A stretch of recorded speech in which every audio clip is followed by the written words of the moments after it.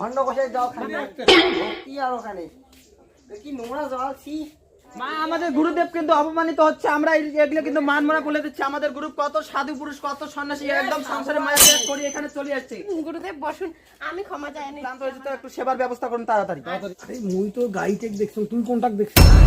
গুরুদেব ইস তোমরা গাইটেক দেখছেন, তুই কি দেখছিস? তাই হচ্ছে মুই কি দেখছেন তোমরা যেটা চাইছেন ওইটাই নেওয়া হবে। শিষ্য আরে রামু তুই একটু ওদিকে যা, ঘোরাঘুরি কর। গুরুদেব মুই এখন আসি দেখছো। হ্যাঁ এই তুই ওদিকে ভালো করে এখানে এখানে এখানে হাতে আরো শিষ্যটা তো কারে এমন করে দেখে কি গোসাই এলে ভন্ড গোসাই।